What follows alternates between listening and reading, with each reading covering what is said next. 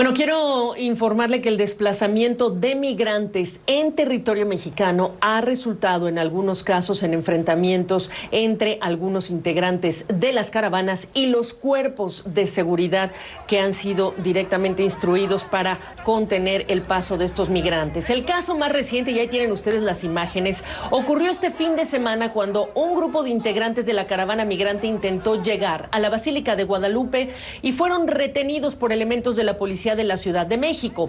El gobierno capitalino informó que esto se debió a las restricciones sanitarias impuestas en el lugar para los peregrinos. Según las autoridades, cuando se negociaba con el grupo su traslado a un albergue, algunos migrantes agredieron a elementos de seguridad, resultando 13 de ellos con lesiones. Y finalmente, informa el gobierno, después de las negociaciones, el grupo de migrantes fue trasladado al refugio. Hay que decir que no es la primera vez que se registran conatos de enfrentamientos entre algunos integrantes de las caravanas y elementos de seguridad en lo que es el territorio mexicano. Lo que sí es que ha generado todas estas imágenes importantes, relevantes cuestionamientos sobre el manejo de estas situaciones por parte de los grupos designados para su control, contención y seguridad. Y sobre esto es que queremos hablar, y le agradezco mucho a Ernesto López Portillo, coordinador del Programa de Seguridad Ciudadana en la Universidad Iberoamericana, que nos acompañes. Ernesto, muy buenas tardes. Quiero preguntarte, primero que nada, ¿tú ves estas imágenes,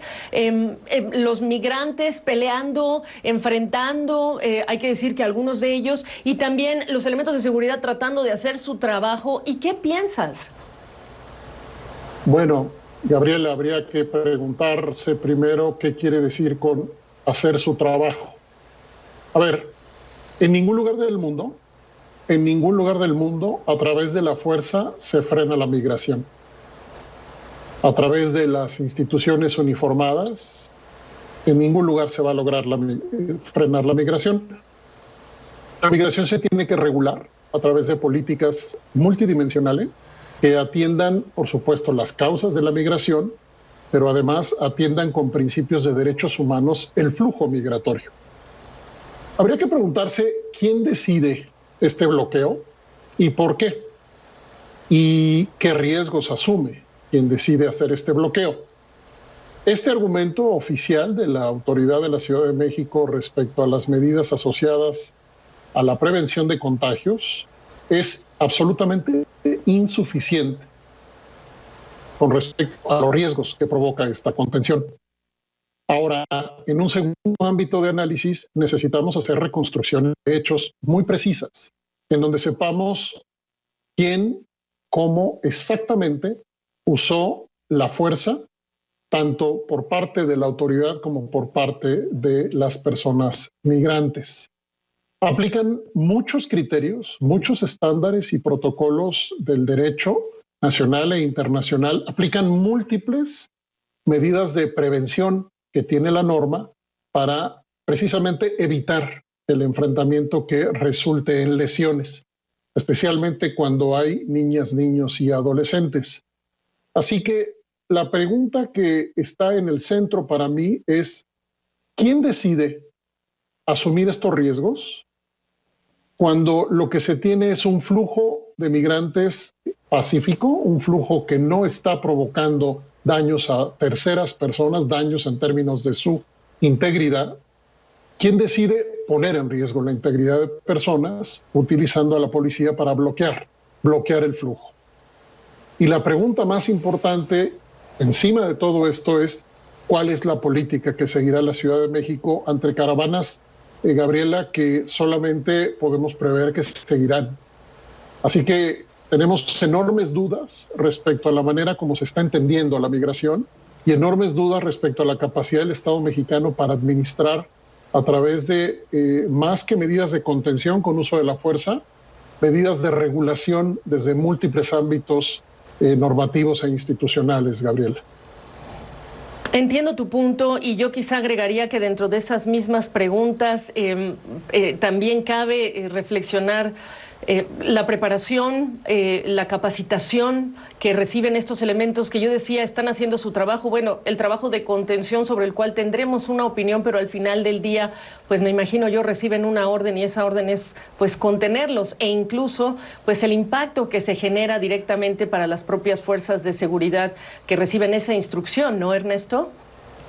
Sí, déjame platicarte algo. Hace tiempo, cuando Mancera era el jefe de gobierno de la Ciudad de México, Miguel Mancera. El gobierno de la Ciudad de México aceptó una recomendación por parte de la Comisión de Derechos Humanos de la Ciudad de México, crear una figura que se llama supervisor externo de la policía, precisamente para hacer evaluaciones continuas de la actuación de la policía.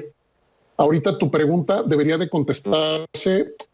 Veo dos preguntas que deberían contestarse en lo que dijiste, Gabriela. Uno, ¿están capacitados? ¿Tienen el equipo y la capacitación adecuada y aplican los protocolos adecuados? Uno. Y dos, ¿quién dio la orden y cuál fue la orden? Ambas respuestas necesitan una reconstrucción de hechos con responsables concretos. En mi concepto, y habiendo estudiado por mucho tiempo a la policía y acompañado a instituciones policiales para mejorar sus estándares de desempeño, tenemos un problema crónico a nivel nacional respecto a la capacidad de usar la fuerza. Un problema crónico que tiene que ver sí con la capacitación, sí con el equipo, pero más arriba que eso, con políticas, con decisiones políticas y con políticas institucionales que no hacen lo necesario para que la persona que está ahí frente a un migrante sepa utilizar todas las medidas previas al uso de cualquier forma, de cualquier equipo o al uso de la fuerza directamente, todas las medidas previas para evitar en lo posible los daños a las personas. Ya en el continuo del uso de la fuerza se aplican criterios de proporcionalidad, necesidad y muchos otros, pero la idea es que no se use la fuerza.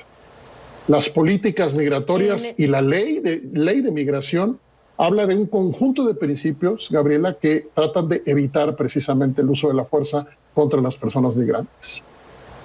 Si estuviera en tu poder hoy cambiar la situación desde capacitación, etcétera, o de aceptar, reconocer que no estamos a la altura de este desafío como autoridades y por lo tanto quizá cambiar la manera en la que lo estamos manejando, muy brevemente dime, ¿qué harías para cerrar? En concreto, en el terreno tienen que estar personas diferentes a la policía, acompañando a las personas migrantes.